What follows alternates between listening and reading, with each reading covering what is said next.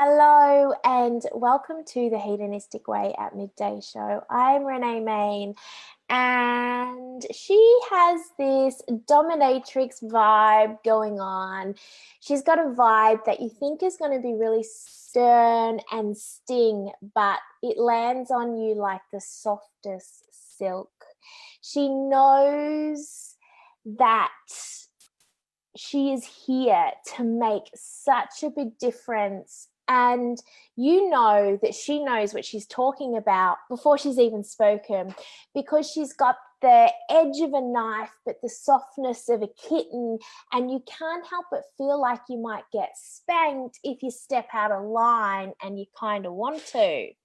She is a writer, an astrologer, and an excavator of energy. She is the divine unearthing. She is Candice Hopkins. Welcome to the show, beautiful woman. Thank you so much, Renee. I love it. Thank you so much. Great to be here. Oh, I'm so excited because when I was tuning into you, when I was writing that, I really felt that the extreme of you and that edge. So maybe we'll start there. What is that sharp edge, and what is that soft gooey center in the middle, and how do you honor both parts? How do you navigate that? Oh, that is such a beautiful question, honestly. Only this morning was I really feeling into just how soft my heart is and how vulnerable it is to be present with that all the time. And the sharpness, I think, is inbuilt to protect that a lot. And the extreme, the extreme speaks volumes. Immediately when I think of extreme, I think of Pluto. And my love for Pluto, and also Saturn. Saturn is that hardness, I think, and then the knife is Mars. The knife is definitely my Mars in Aries. So really navigating that for me is it is that constant push and pull or balance, or it actually comes back to that simple reminder of, Candice, is your heart open? And often when there's that sharpness or that edge, it's not, and it's just that moment just before it's about to open again and I'm about to expand again and fall into it. It's a really, really beautiful question. I feel like it's something that I have been more consciously navigating probably for the last few years, but just knowing my own chart as I do, it may be something that I navigate wholly for this entire incarnation. And that's something I've just been more and more present with lately, around how that looks and how that also what that actually teaches me about my relationship to myself and my relationship to others, and then what I can actually pass on to others through that process of always remembering, always coming back to here. How do you, with that sternness and that sharp edge, how do you make sure that it's not a wall?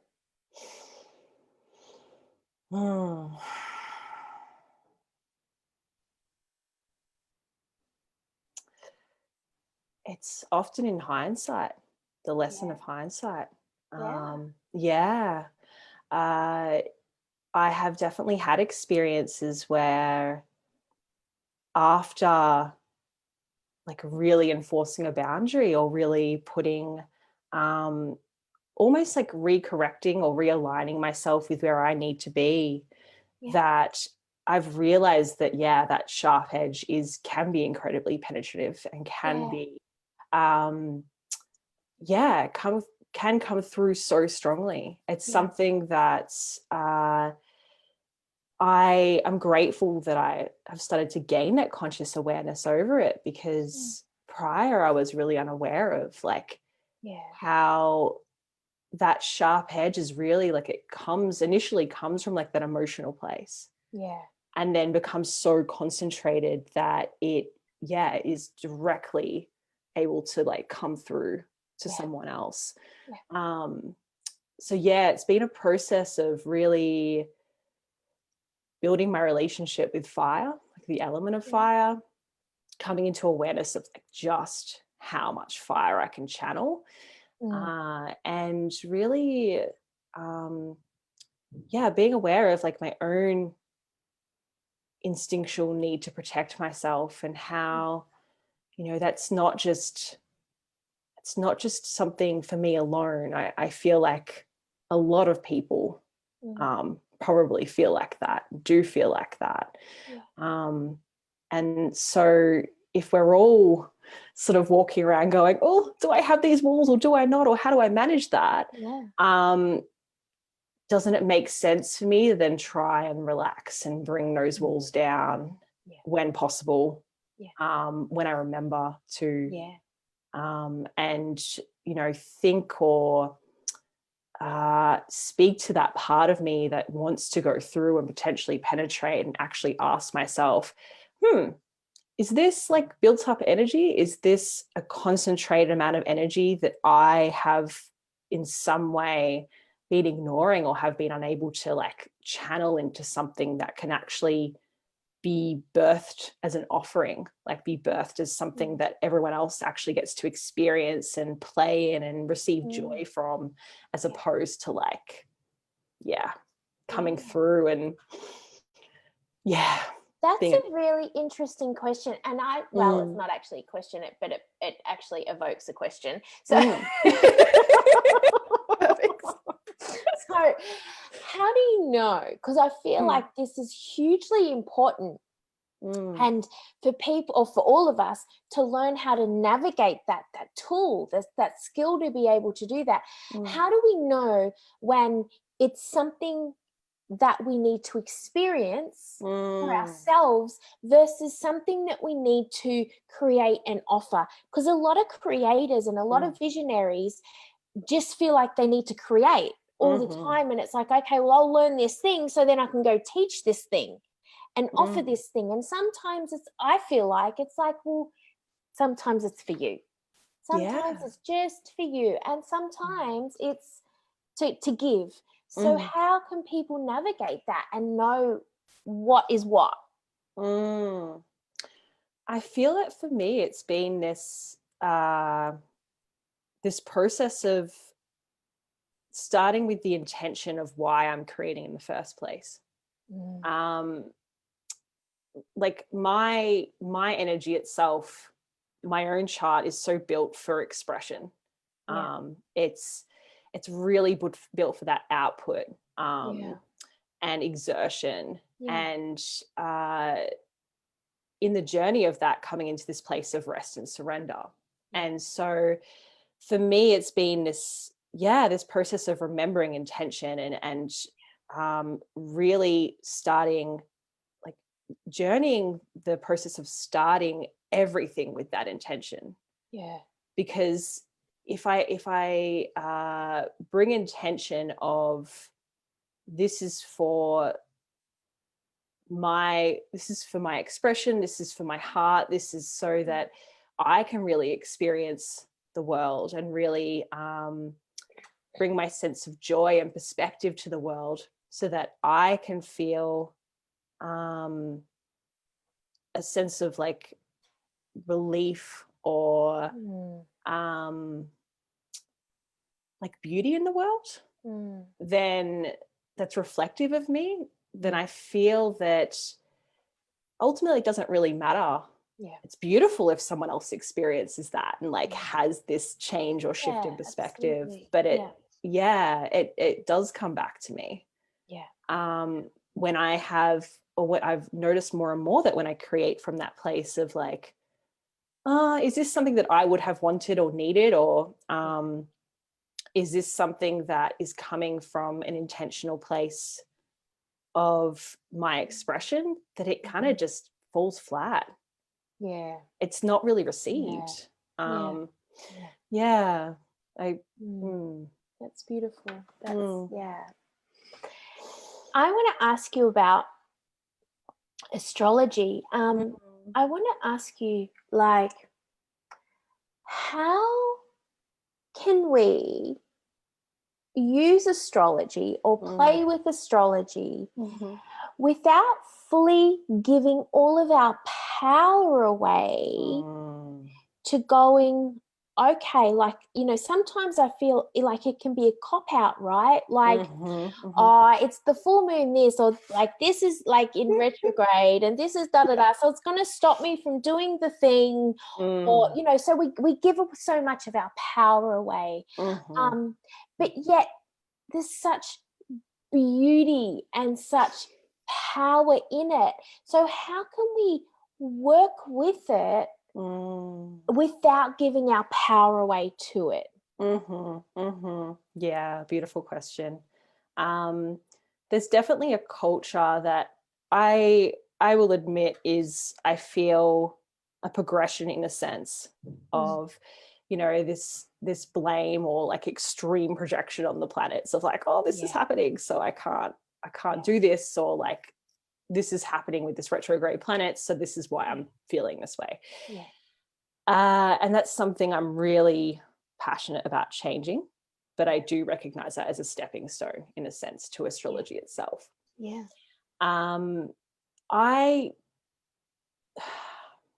I'm very, like, I'm in awe of the way that astrology helps us to really come to know ourselves deeply and to know why we're here. Like, why have we incarnated? What's our desire for being here? What are we committed to? What are we offering? How do we express love? How do we communicate? And that in itself, I feel, is incredibly powerful, because it does bring that self-awareness piece. It's given me so much self-awareness. It's given me validation, where potentially others have been unable to see me in the way that I see myself. But at the same time, I, like, yes, I have a deep awareness of what's happening transit-wise, but I also am not the person to forecast months and months or years down into the future, because there's a human part of me that needs to be present, like really needs to be here. And so I feel that, there definitely needs to be, firstly, a balance, like a balance between being present in life and just experiencing life. And then there's the beauty of astrology, the tool of it, so to really bring that self-awareness and understand like who we are, what we're doing here. And that's that disempowerment really comes when we're recognizing a form of disconnect, I feel, between what is out there in the, like, our solar system, in the universe, and us here. And it's like, oh, if we're here on Earth and the solar system's out there, then we're separate. It's like, no, we're not separate. We're not separate at all. And if we think about where astrology is derived from, and the history of it, like the symbols alone of the planets and the archetypes are like embedded in our psyche, and like it's in the very essence of what we are and how we've actually communicated and correlated our experiences with the planets and the signs. And so I feel that, you know, we really just need to come back to that. Like, this is all within us. We created this communication and this language and these symbols. And it can be incredibly disempowering to remove that and like create further separation. So it's just, I feel strongly that it's about coming back to that, being like, this is just another form of expression and language. And that we still need to find ways to like be here and be present, and take what is being offered in like the current moment. Yeah, absolutely. And something that I really loved what you said there is learning how to communicate with them and seeing them as archetypes. Yeah. You know, and that's beautiful. And I feel like, you know, that gives us something more realistic to work with, you know, and something that is empowering and much more useful as well in so many ways.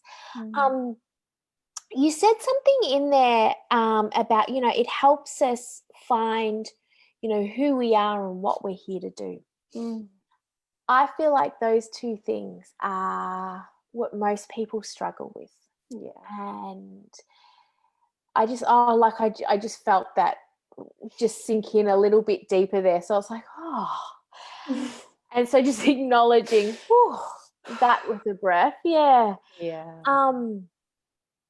I feel like, you know, just this year has been such a beautiful opportunity for us to explore those two things and, you know, opening that up. And there's something that you said, well, before we actually went live and when we were just chatting is, you know, you mentioned about when you read the promo and you stepping into, you didn't say stepping into, I can't remember the language you used, but, you know, you sharing with the world this person that you're opening up to, and you know, and being okay with that.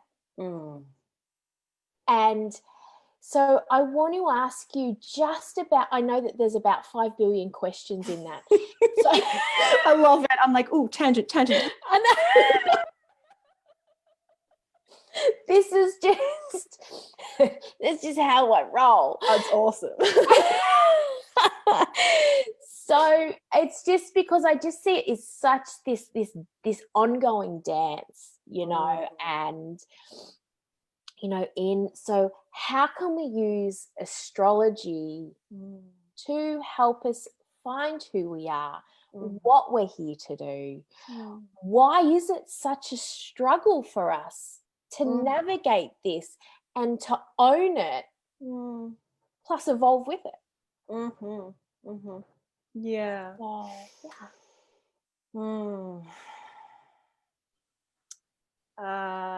So I believe that the chart itself will represent us, whether that's, I suppose you might say, under layers of conditioning, or having been through experiences that we would have preferred not to have gone through, in comparison to, say, maybe someone who has been through a process of self-awareness or personal development, or really looking, whether it's at their chart or using some other form of modality or system. And yeah, I see that reflected. Like, I see that reflected when I'm looking at charts. But I really adore this process of, dependent on what someone is able to actually sit with and receive, really moving into like the depths of someone's chart, really looking at the roots, looking at the outer planets effectively, because that's where, you know, the unconscious aspects of not only ourselves but like the collective and like the other souls that we came here with, where all that that feeling and vision and information is derived from. And if we can, well, what I do, and also the modality of evolutionary astrology, which is the background of where I've come from, if we can really sit with those deeper parts of the chart and really unearth from there, and then look at the more conscious planets and frequencies, which are a lot closer to the sun, we can effectively look at bringing someone's like desires and like root, like reasons for being here up to the surface. And so really we're going to express that chart no matter what.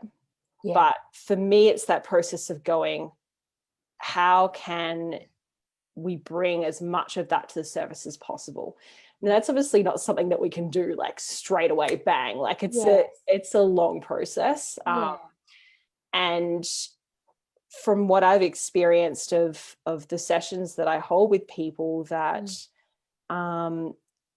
it's a transmission that's received, and then over time I witness like this beautiful unfolding with my clients, where they're just more and more pieces are dropping in, and they'll come back to me like weeks or months later and say, hey, this other piece just dropped in, you told me this, which is just so special. And so I'm on that journey as well.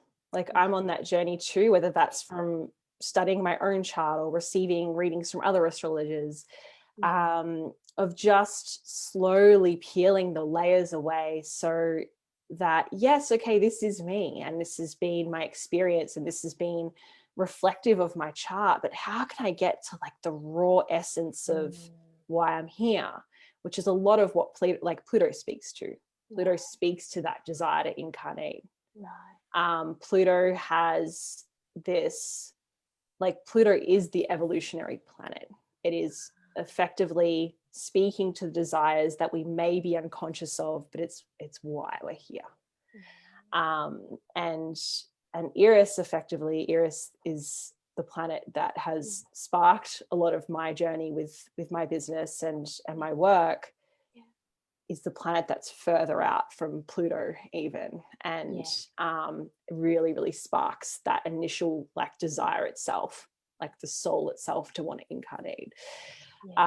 So yeah, I feel I hope that kind of answers your question. Absolutely. No, I know, and that's I really honor you in that.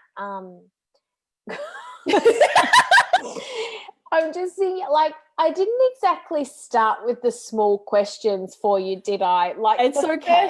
The first one out of the gate, I'm thinking, this poor woman is just... No, I love it. I'm not a small talk person. I generally will stay quiet. It's so reflective of my state today. Like, it's just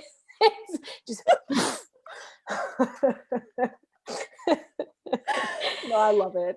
Thank you. So it's like, what came up for me in that, or what jumped out was, it's it's like, I'm a, you think of like, astrology, and people think of your zodiac sign, and so I really loved what you said then about, because it's so much more than like, I'm a Gemini, like,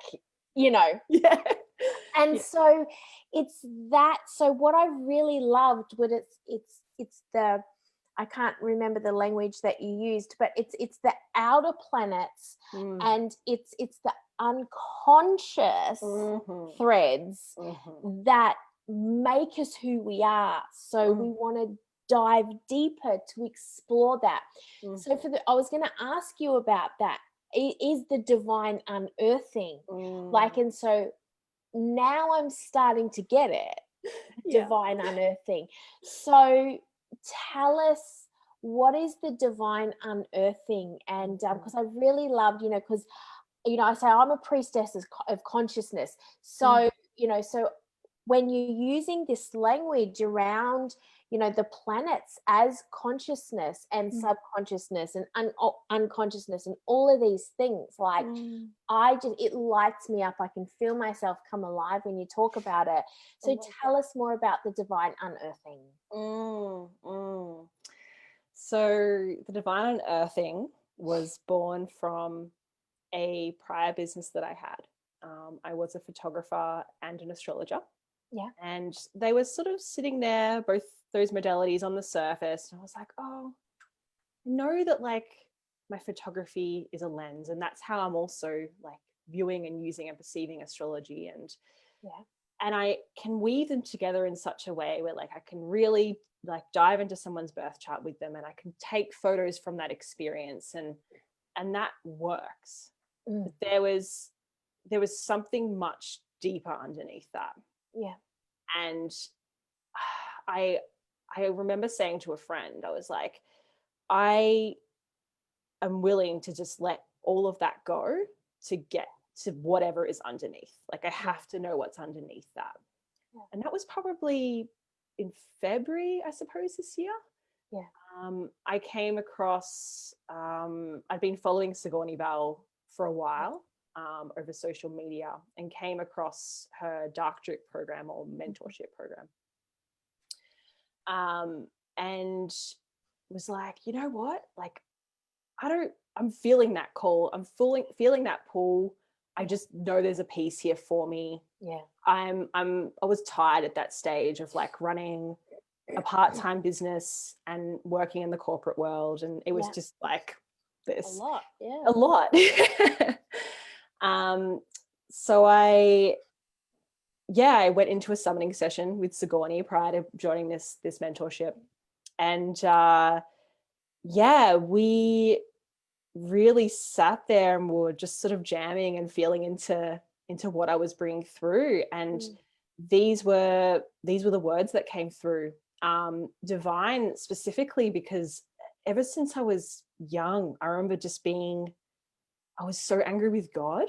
Like I was angry with the way that we spoke of God, or our preconceived ideas of God, and how that was in institutions. And I just I could never understand it or reconcile it. And so there was a part of me that was like, I want to reclaim this word.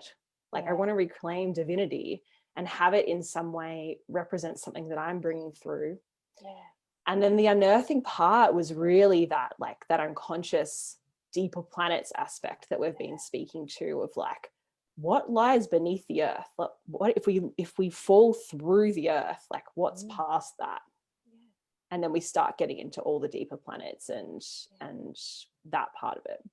So it was really born from that process. But I feel what I love most about it, what I love most about this business is that I know it can not only just expand, but it will transform with me.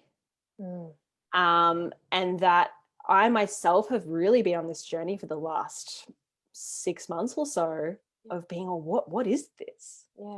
What is this saying? What does this say about me as someone who has this connection and communication with my business and my work? Yeah.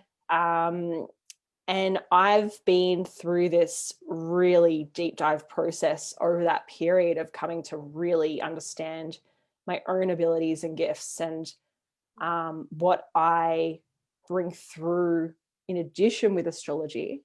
Yeah. And how, yes, astrology is my core and like my roots and my foundation in this, but there's other aspects of me and other things that I just feel and know that I'll bring through and have already envisioned that I'll bring through in the future that may not necessarily be just rooted in astrology. And so I know that the divine unearthing holds all of that. Yeah. If I could put it into like some form of like simple explanation, it's really about us feeling and coming to understand how we are incarnated and this, like, we are God, like, and then we're just not just God, nature is God, and we are connected to nature, and really reconnecting that into that and recognizing it. And that has to come through not just the stars or just the solar system, but recognizing that we're here and like and that presence with being here. Yeah. Beautiful. How do we access that? How do we access our own divine unearthing?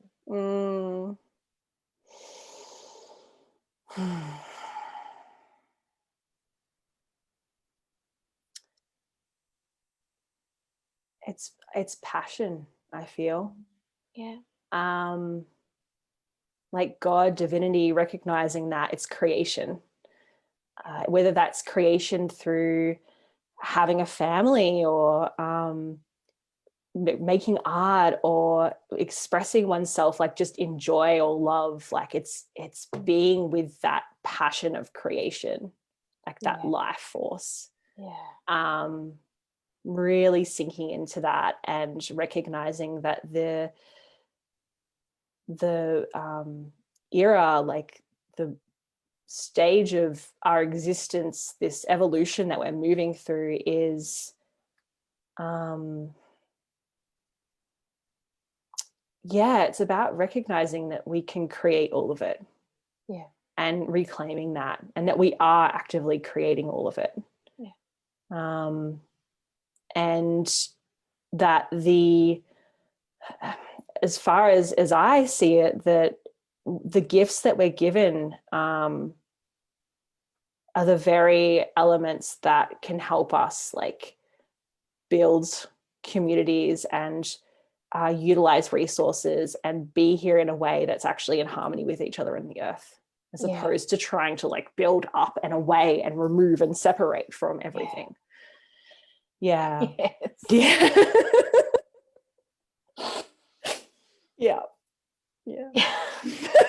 like, how far do we want to run away? Right. Yeah. Like, gosh, so many things just went poof, then. So like, just like, fuck yes is just probably the first two words that come to mind.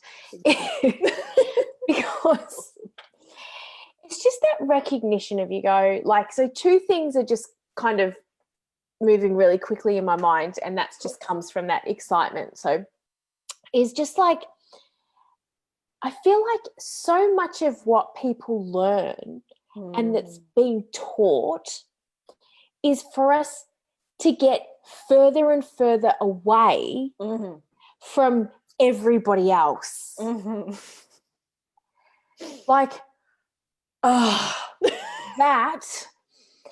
And what come up then for me is, as well as like with that, but also the element again is like, is so much of what's taught and what's floating about in our consciousness and in our language is, you know, that desire to, like, I have to be this kind of person to make this change or live this life or to do this thing, to be successful. I have to be this. And again, so what come up for me is just that, no, we're not all here to be influencers or gurus or to be leaders or to be like it's just it's so not realistic, and it's not how the world works at all. So I want to ask you more about that, is just that separation of what's being taught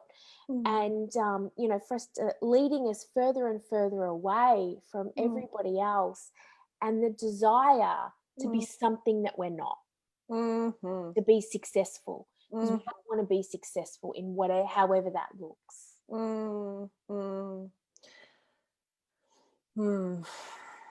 Yeah, I feel it. It really comes back to me. This year that we're moving through astrologically is really like with the heavy weights that we have in Capricorn, you know, Pluto, Saturn, Jupiter, and we think about the archetype of Capricorn and what that represents. And, you know, we can look at the business woman, man, we can look at hierarchy, we can look at government, we can look at laws, we can look at like reaching the top of that mountain and just like the success that's associated with that. And if we think about Pluto specifically being here and then having Jupiter and Saturn come along, it's really been this process of like dissolution and transformation and transmutation of like the structures and the stories and the perception that we have around this archetype, and really bringing that down like deeply in the roots, like close to soul, like collectively, what are we actually all desiring? Well, we're desiring to level that playing field, and be like, well, how can we all we all have Capricorn in our charts, how can we all be leaders, yes, but be a leader that's reflective of our experience, our expression, our life. And I feel that when that has started to occur, in a sense, that it's started to happen, we've seen these veils drop around our leadership. And this is where we move into this next stage of like all these planets heading into Aquarius, of like, well, if we're able to really sit within our own authority and our own leadership and recognize that that's not external to us, that's actually we're all that. Well, that's where the community comes in. That's where we can actually start to be realistic and be like, it takes a whole village. It takes a whole village. And this separation that we've like moved ourselves into, pushed ourselves into, is like probably like the furthest that we've ever been away from that. So really, I feel that by like anchoring that authority and that leadership within us, that we're that like one step closer to being like, okay, well then if I'm like a tree in a forest, if we think about Capricorn, its raw essence, it's like that last evolutionary stage of the earth sign. What can we assign like a different vision or image to that? It's like, for me, that would be a tree. It's like 100, 200, 300-year-old tree. But that tree's not going to be alone. It's going to be in a forest. And so, I feel that that's where the community piece comes in. That's and is doing. But it is coming up. Like, it's coming up from the ground first. Isn't it? Gosh, it really is. You said something before, and I want to just ask you about that. Is you said everyone wants an even playing field. Do you think they do? Do you think everyone wants an even playing field? No.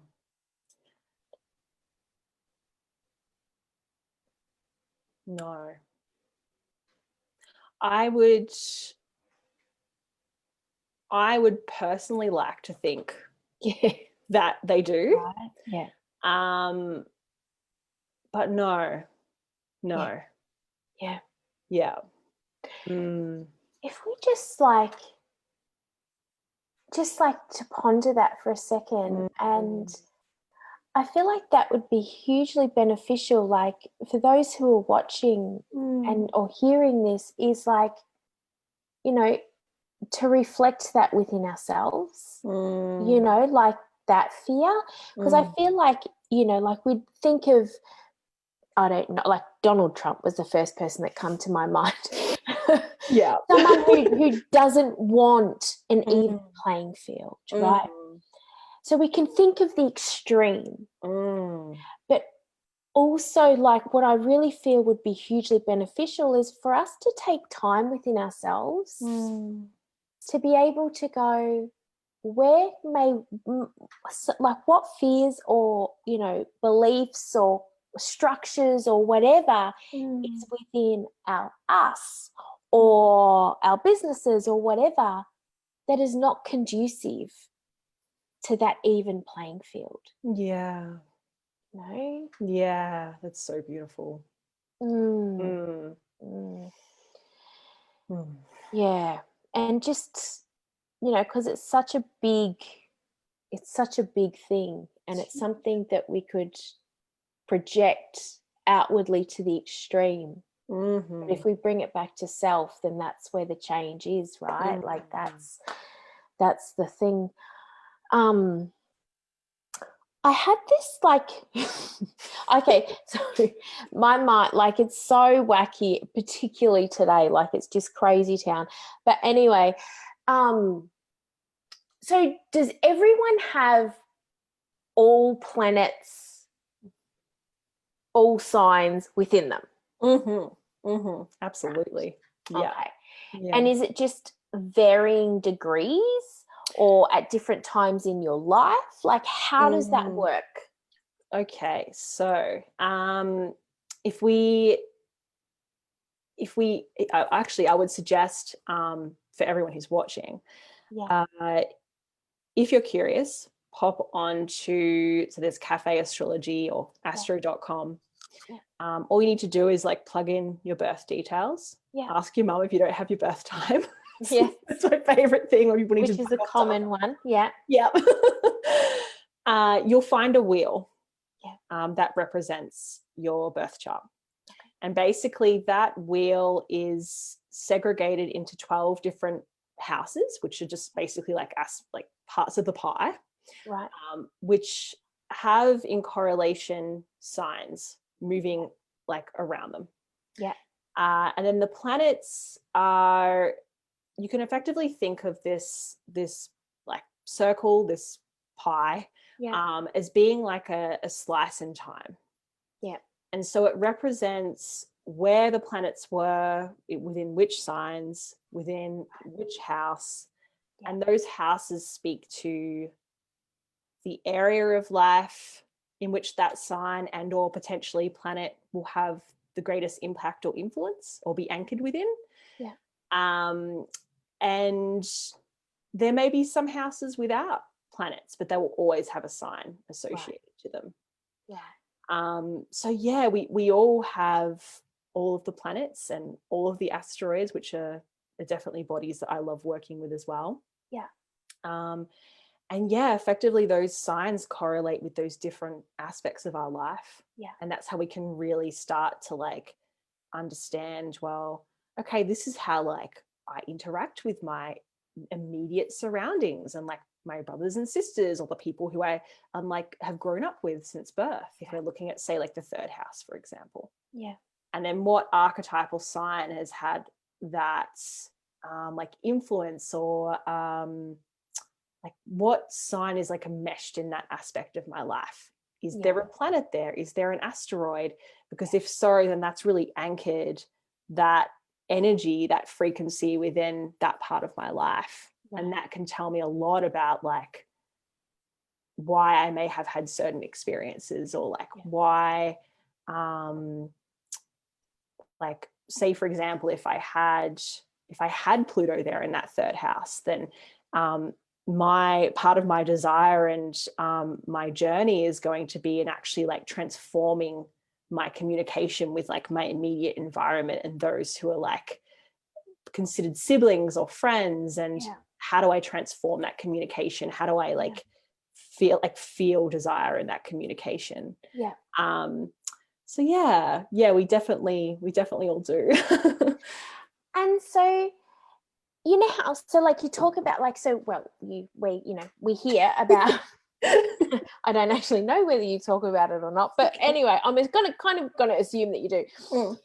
You know, when we talk about the spiral of consciousness, and you know there's that, so you know there's the karmic imprint, or that thing that repeats within throughout our journey. You know, often it's a particular lesson that we keep reoccurring, and of course we can have multiple, but you know, there's a theme. How does that correlate with astrology? Like, is it a repetition in a certain sign or whatever, or how does that work? What's that theme, or is it even correlated? No, it definitely does. In fact, patterns specifically can correlate specifically with like that evolutionary process. And it is about like, well, when we're actually identifying the pattern itself, then what energy does that have in it? Like, is it a Venus energy? Is this something that I'm repeating throughout like my romantic life, or the way that I like feel into my heart and create from that space? And then once we can identify like maybe the themes or the pattern itself, we can then look to like a planet or a sign or a house and actually start to like feel into that.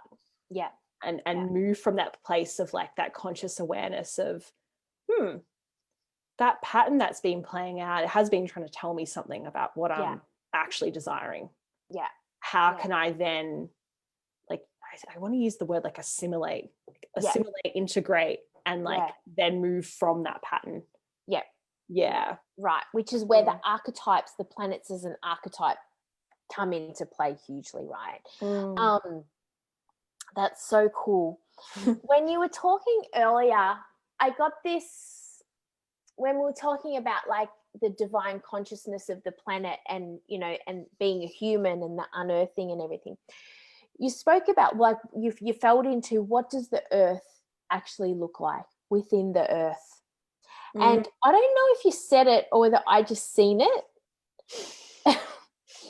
Is I seen, or you said, or maybe both, whatever that was, is you're going to get off going, she is fucking crazy. No, I love it. I so resonate. I'm like, is that something I said? Is it something I saw? Is it something I felt? I don't know. I don't know today. I don't know. It's so glad. Is I seen all the planets within the earth. So, and that kind of, it triggered a thought for me, the world within the world within the world. I don't even know what the question is around that, but yeah. What is that? Yeah, I feel like a thread of what you're speaking to, which is when I visualize the planets, like when I'm connecting with them, I feel this sense of like the earth is our anchor. Yeah. Like it is our realm, it is our center. Yeah. And we, like when I experience that or feel into it, it's like I feel the drop and like the experience of like the other planets being like in a sense like almost beneath us or like through and into that space which we might consider as being like the center of the earth, but I feel through that. And then as well, like, you know, when I feel or think into like Mercury or the sun, it's like, well, initially my correlation with that is to go, well, Mercury's like our speech, like Mercury exists like very personally within us, and the sun is like a halo. And so I'm not sure if that's potentially like what you're picking up on, but yes, because just when you started to speak, the next piece actually revealed itself. So love that. So yeah, exactly. Is it that then, so does what I'm getting is the planets align potentially to our chakra system? That's a very good question. It's something I've been sitting with. Yeah. I have been writing a book since June. Right. And chakras is something that have come up. I'm like, oh, do I correlate? I know that the signs have been, and the planets, I know that the planets have definitely been correlated to body parts. Yeah. Like that, you know, there is medical astrology and our medical astrologers. Yeah. But yeah, it's something that I've been conscious of playing around with. I do, like, one of the beautiful things that Sigourney's gifted me is like, I remember in our first summoning session, she said to me, she was like, Candice, like, why can't you create something new? Yeah. And that was like, it was had a conniption, like hearing that, because it just had never occurred to me that I could create new things, that I could bring birth new things into the world, that I could actually like play around with these systems and change them. I was like, who am I to do that, you know? But why can't we all play with these things? Yeah, absolutely. Yeah. I'm just going to put it out there. I think that's your I think that's your thing, my darling. Yeah. That's your baby. It is. Yeah. It really is. And that just excites me. I can just like Yeah, thank you. And just when you go, when I just soften into that and like let myself melt into that, if you go like that, what am I trying? I'm trying to find words, like the meaning of divine unearthing, like becomes literally the embodiment and integration of the planets within our system. 100%.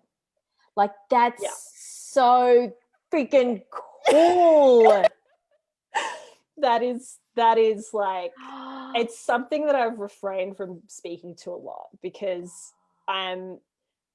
my book has been like a process. Like it was a childhood dream to write a book one day and have it be like out there in the world and published, and it's happening. And so what I've had to move through in terms of like the fear around that has been huge for me. So speaking to that element of like, well, how can we take like these archetypes and these frequencies and like actually correlate them back in with our lived experience, and so that our language can, like, we can start saying, well, like, yeah, like we can start referring to Mercury as like, this is the way that I communicate, this is my Mercury energy. Yes. Mercurial energy. Oh my God. I outed myself now. Like in a good way, in the best way. I'm like downloading your entire friggin' flow and service. I'm like, oh, I'm like, where's a pen? Give me a pen.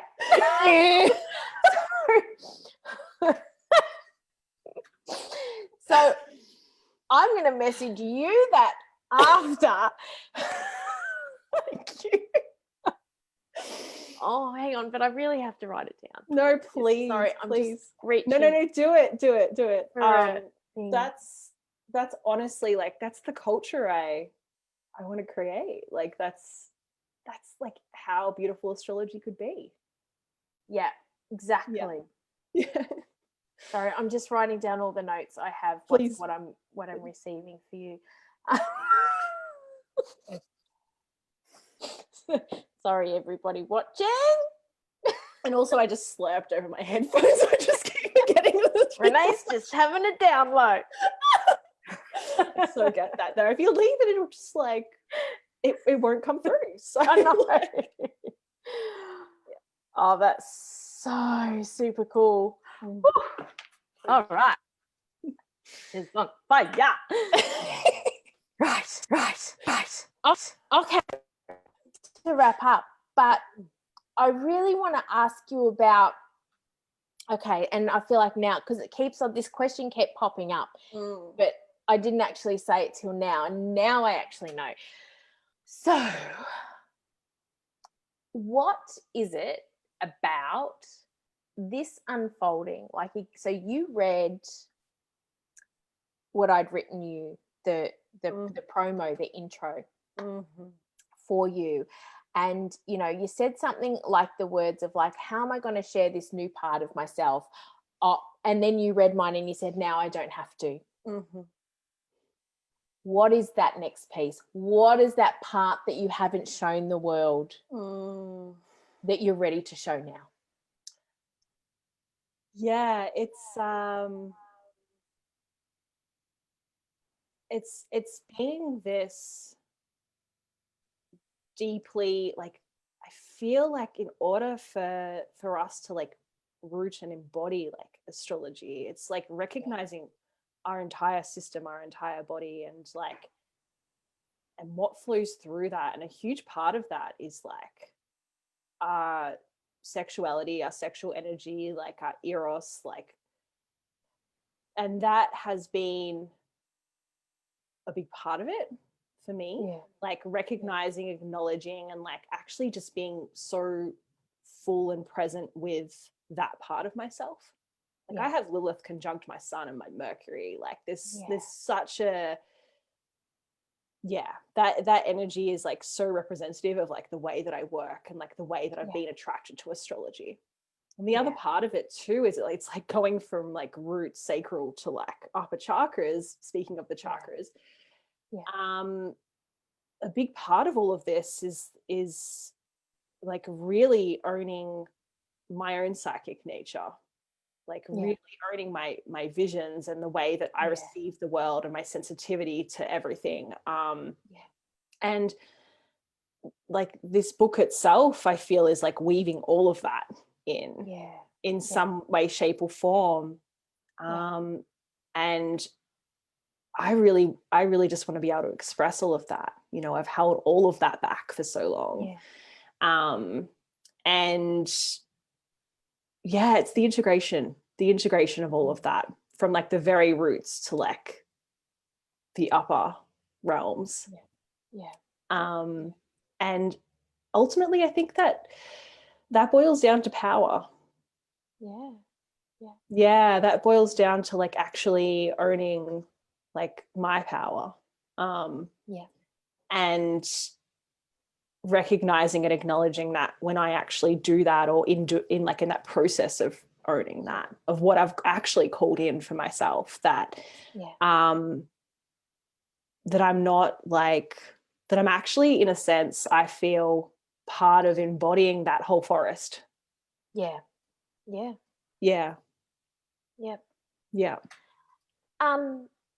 Are you a dominatrix? No.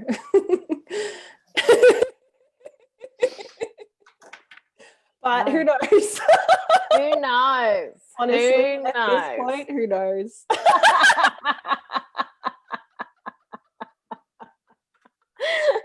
Who knows? There's so much for me to explore, and that name could hold all of it. So, like, That's funny. One last question before we wrap up, and that is, what is turning you on right now?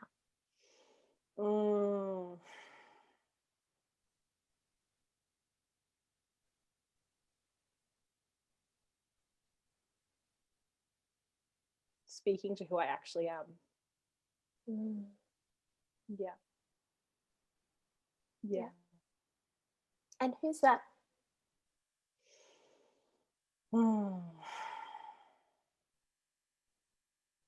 Wait, I am a psychic and a storyteller and a pioneer and like a huge lover of people, like so much so that it just like, I feel like it breaks me, honestly. That's so beautiful.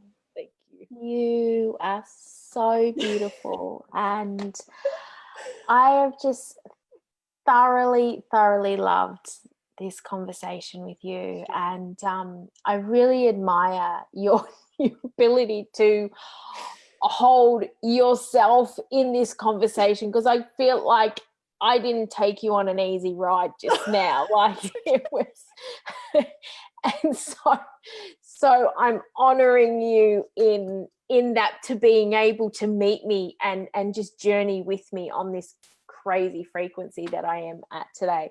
So, but thank you for everything that you do, and I'm so freaking excited for you, like so excited. Beyond excited. I love this revolution that you're creating around astrology and this evolution, and I feel it's all weaved and intertwined. And so I'm excited to continue to just watch you flourish and create this new world and take people on this beautiful journey. So thank you so much. Thank you, Renee.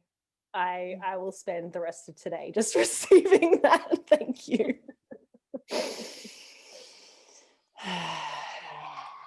Thank you. It's been glorious and such a pleasure to be taken on a journey and to be challenged, and like, I love it. I love being challenged and to meet you in that space. So. Yeah, thank you for the so much, space. beautiful. Thank you, thank you, thank you. Thank you to everyone who has tuned in, and I'm going to put all of Candice's contact details in the show notes so you can hang out and connect with her. And if she's got any questions or you've got any questions for her, then please feel free to ask. And I'll see you all next time on the show. Bye, everybody.